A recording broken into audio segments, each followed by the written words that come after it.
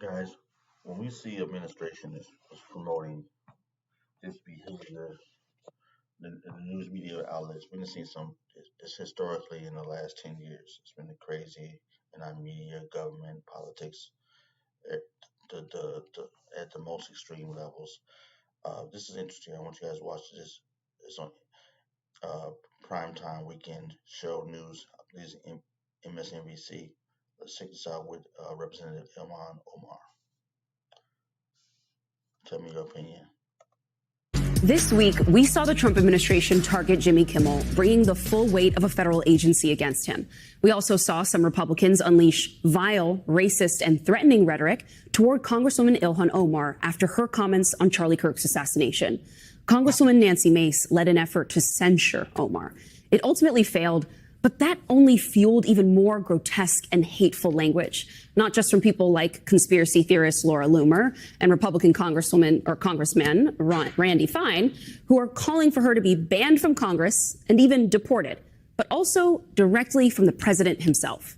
President Trump went on social media and basically had a tirade targeting Omar and her home country, Somalia, saying in part, "What scum do we have in our country?" And on Thursday, aboard Air Force One, he said this. I love these people that come from a place with nothing, no anything, and then they tell us how to run our country. Now, I think if she got censored, that's great. If she got impeached, that's even better. They impeached me twice for nothing, and they impeached me knowing the Republicans are on my side. Congresswoman Omar is back here with us. Question: is this facts? Did they attempt to impeach President Trump twice? Is it a fact or not a fact? Did Ilhan Omar come from another country as a child? Fact or not a fact? Is the country Somalia, you talk to Somalians, is it a war-torn country? Does it have a lot of situations going on compared to other African nations? Is it a harsh country? Do we have good people in there? Yes, I believe so. But when I'm looking from an economic standpoint in the country, it does have a lot of things that's going on in the country that needs to be done to help the country. So these are facts. Okay, we're just stating facts. Could it be said a different way? And that's social media right from the President of the United States? Possible. Do we have to say it a certain way? Not necessarily. If you're trying to be likable. But when we're looking to separate emotions and feelings from facts, is there facts? Now this panel is full of people that's you could tell is supportive of Ilhan Omar. So, and very much MSNBC is known to be against the President of the United States. So this is another negative portrayal. So let's deal with that right there. Let's continue to watch. If you have something to say about what I just stated, are these facts? If it's not, then let me know. Give me your opinion. Leave a comment down below. Let's continue. Managing business calls and texts has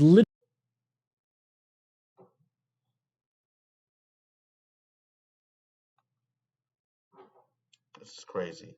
I don't know what's going on with, like, just call out facts. Your reaction to the language we just heard from the president there, but also I want to ask how you are doing. You've been attacked by the president, by a colleague whose office is right next door to yours, Congresswoman Nancy Mace.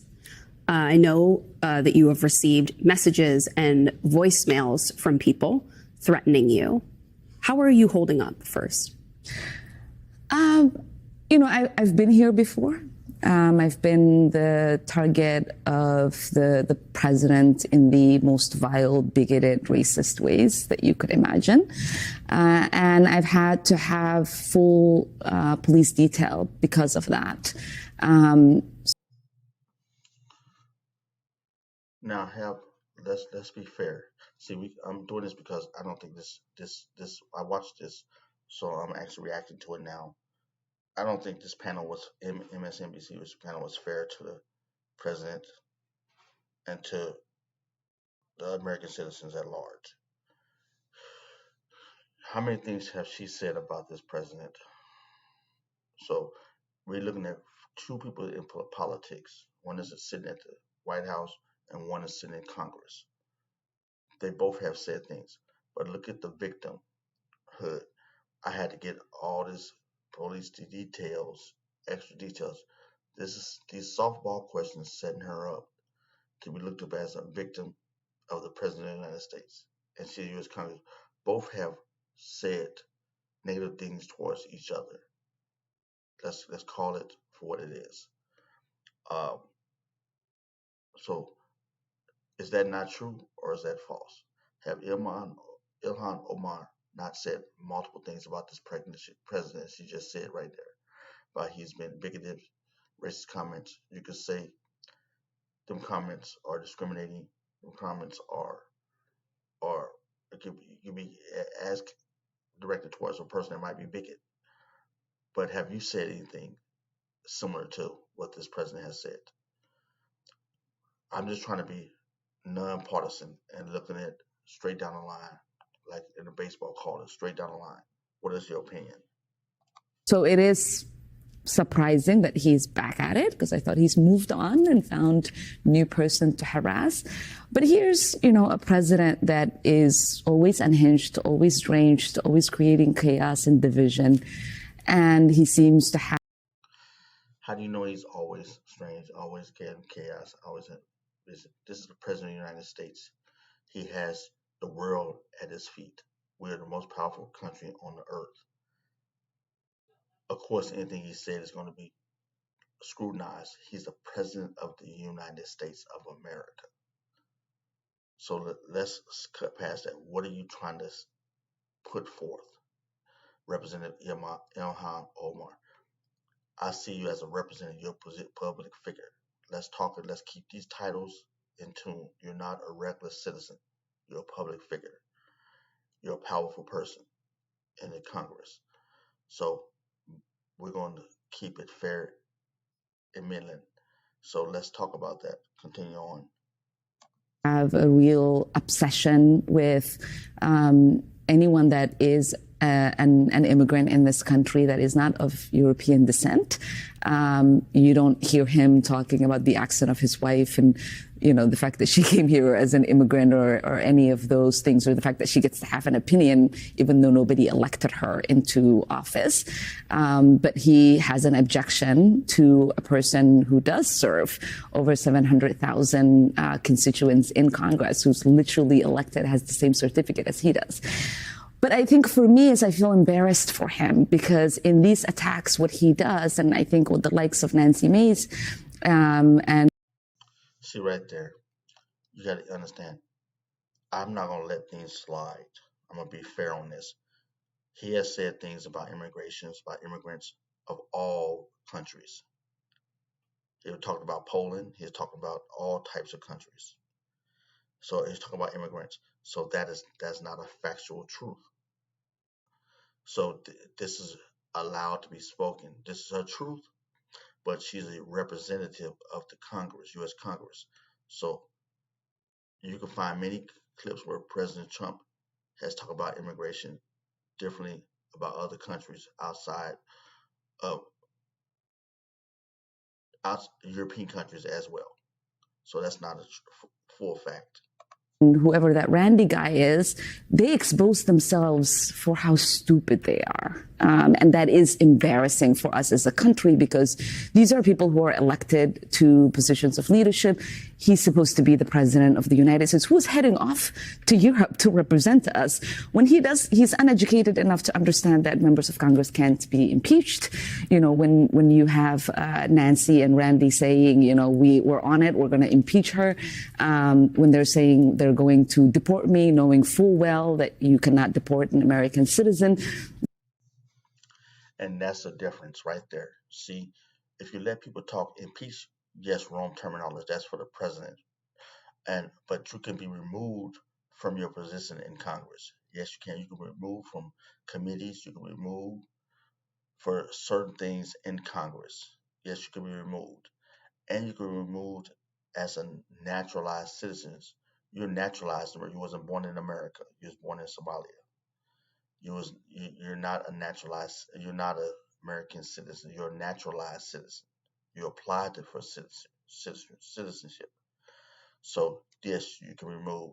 These are things no one's talking about. Just letting her say whatever she wants to say, and she's speaking on these people, political people, when she's a representative. I don't think that's fair, and the way she's speaking is not healthy. It's not polite. It's not becoming of a U.S. congressman, a congresswoman. So therefore, let's be fair around the boards. What that displays for not just Americans, but folks on an international platform is that our country is being led by idiots. And that is not something that we should be comfortable with as Americans. And that's not something that should make us proud. And so, right there. If if you're a U.S. congressman, you will not. This is anyone can pick this up. Anyone on YouTube, anywhere around the world, can pick this up. I like Ilhan Omar, but what she said here and this on this MSNBC have made me to step back and observe her. She have, you would never don't go on to talk about politicians on a major platform like this and talk about you're talking about yourself. You're a politician. You're up there. You're in Congress. You're talking about your fellow constituents. As you said, you signed the same document, similar document that the president said. You are elected official. You should not talk about. There should be some kind of line of decency or respect. I think. What is your opinion? Leave a comment or message below. Uh, I thought she would come more with some grace and still state the facts, but not tearing down. Because you have one person tear down doesn't mean you have to tear down all as well. And that's what you seem to be doing at this point on this platform. so in this moment, I feel great sadness as an American that these are the kind of people that the world gets to see representing us. So what do you think is at play here then? If these people are, as you say, idiots and don't understand the kind of basic responsibilities they either have and the powers that they have in Congress or in the presidency, what do you think is the animating factor behind why they come after you with such venom and vitriol? Right there. Do you see how he stated it? As you say. He didn't say he said. He said he actually set it up, his premises, as you. This is the way you should be speaking. See, these news people know how to speak. They know what their words, the messages are powerful. And he said, as you stated, Ilhan Omar, as you did, as you called them idiots. He repeat that. Hopefully, she would have caught that, but she still didn't catch it. This time he said, as you said. On national air, he cannot be said. He cannot say he said. He made that statement. He actually clarified it and put the titleship of that verbiage, that speaking them words back on the founder of the words, which was Ilhan Omar. And he's gonna make her speak on it. This is a warning. Give you a second chance to try to clean it up, but she did not. Watch what she says. Creating custom clothing. It's crazy. I don't know what we can do with this, but this is her chance to clear up what she did not. It's to gin up hate and then to turn it around, to be able to raise money, to rattle their base. And I think ultimately is to get enough people to bully us into silence. And I would have hoped by now that they have learned that one thing, they are not going to succeed in silencing my voice. I have the honor and privilege of representing Minnesotans who I love, who've welcomed my family, who helped raise and educate me, and who have given me the opportunity, the privilege, the honor of representing them in the United States Congress. So that is right there, she talks about her voice. She's often get smiled, get proudful of being a U.S. congressman speaking? What is your voice? No one's going to silence your voice. Um, but what is your voice? What's the purpose of your voice? 700,000 Minnesotans. Uh, what do you represent? And we often see you in many speaking engagement, and if you're not talking about the politicians and other members of Congress and the president, the other conversation you have is for your community. I don't hear that much about Minnesotans at large, all the other members of the communities, Hispanics, African, Asians, whites. I hear more Somalian or attacking or defending from it statements from your constituents. What do you think?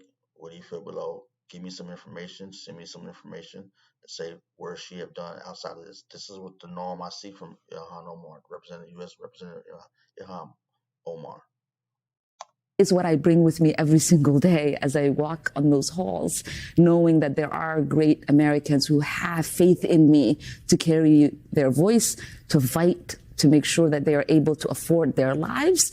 You know, this is a president right now that's presiding over an economy that is not working for anyone. It's getting worse for everyone.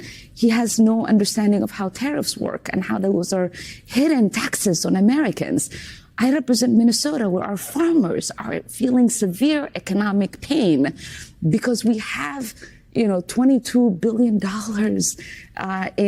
in trade with Canada. So we are in pain as Minnesotans, not only because our healthcare is being threatened, not only there's food insecurity that is under threat right now, not only are we dealing with ICE terrorizing people and creating job shortages, but we're also feeling the economic pain of what these tariffs are doing to the economic vitality of our incredible state. So, Congresswoman, You don't think the government, this is the president of the United States, you don't think he got the top economists, he had the best, he got all the universities he could reach out to. This is America. You think he don't know what's going on in the state of Minnesota? He's have oversight of all the states in the union. So let's don't throw this so easily out there. If a person is ignorant, let me tell you, America. No, yes, he knows about tariffs. Yes, he knows about the positive and negative effect of of of, of the tariffs.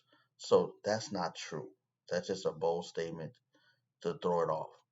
Uh, you think the president doing these tariffs without having experts to explain the benefits and the negative outcomes of the tariffs? Quite naturally, he does. So we have a high deficit we have to deal with. That's one reason that the American people elected him to deal with the economy, because we know we might have to go through a Great Depression, recession. So we've been through the government closing down a couple times. So come on, let's be open and honest. I'm gonna clarify. No one else saying anything because this is a bipartisan thing for positive for Representative Ilhan Omar. So let's correct that. If you have a different opinion, leave a comment below. Let me know what you feel. I do want to go back to this week, though, because after Trump attacked you, Laura Loomer, she got on Twitter and she tweeted that you should be, quote, charged with aiding and abetting terrorism, which is a pretty huge charge, and there is no evidence connecting you to any terrorism. So my question to you is, in light of the spike in political violence and in light of all of these calls for civility, do you consider that rhetoric to be incendiary and to up the threat level to you? And at what point does it cross the line from free speech, people can say anything, to harassment? Yeah. I mean, I think when you have sitting members of Congress, calling me enemy of the state, when you constantly have people saying I'm a domestic terrorist or I'm a terrorist, it is scary because we know that they have a big... Back into a victimhood. I can't do this no more. I'm tired of seeing this continuous situation between several members of the Congress. We see the same individuals back to victimhood, back to I'm receiving this. No, you are throwing things in Congress, and other members are challenging it and revealing things about you. As far as is it true the marriage certificate? I don't know. I don't know if it is or not. That's not my position. But is it? That's a question. Is it true? And if it's true, then that's a problem. Um, but I like victimhood. For you're a powerful person in the U.S. Congress. So as you say, you have your voice. Stand on your voice. But let's don't be begging for victimhood right now. You're not weak. You're a strong, powerful person out of Minnesota. That is reacting to it. And you can tell that by the voicemails that we're getting. You can tell that by the number of people that have been incarcerated over the years for threatening to kill me, some that have had many weapons in their disposal. And so this is a constant threat that we live under because these people are not saying, they don't agree with our rhetoric or, what we say is stupid or whatever, which they also do. But they're literally saying we are a threat to the fabric of this nation.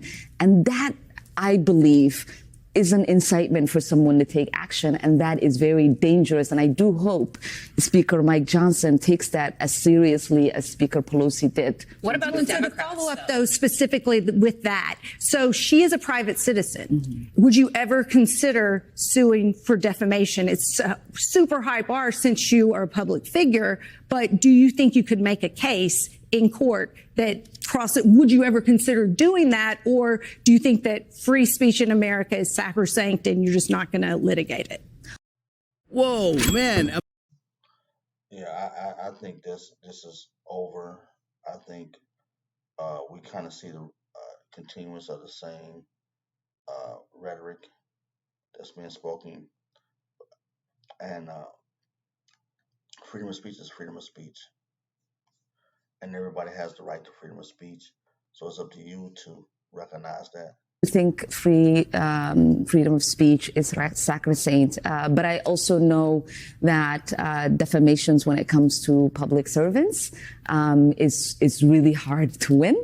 And I have consulted with lawyers before, and outside of draining me for little resources that I have and tying up our time, I don't think that there are greater chances of getting these cases even into litigation, just because of how our defamation clause are created and litigated for public servants. What about your Democratic colleagues? Have they done enough to defend and protect you? I've been blessed, I would say, in many ways when it comes to like these kind of outright vitriol that I have faced from the right. There has been times where Democrats themselves have created an environment that hasn't been the best. They've learned from that, and I am really grateful that in this moment they are collectively raising their voices and speaking to the danger. Even top leadership, yes, Jeffries, yes, Schumer. He issued a statement yesterday or a day before about some of these statements. And I think it is important for people to denounce them. It's important for people, especially those that are in power, to speak to the danger as we now, take a closer look of what happened to my dear friend, Melissa Horman, and her husband, John Hoffman, and his wife, and what happened to Charlie Kirk. I think it's important for us to say, like, this level of vitriol. I agree with you, Ilhan Omar. Now you sound like the U.S. Congresswoman. When you brought up Charlie Kirk, you said some not so too many good things about Charlie Kirk, but you're speaking on him.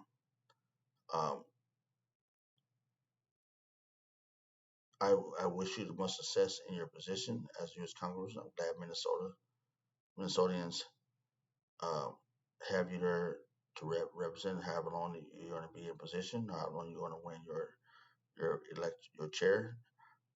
Wish you the best and much success.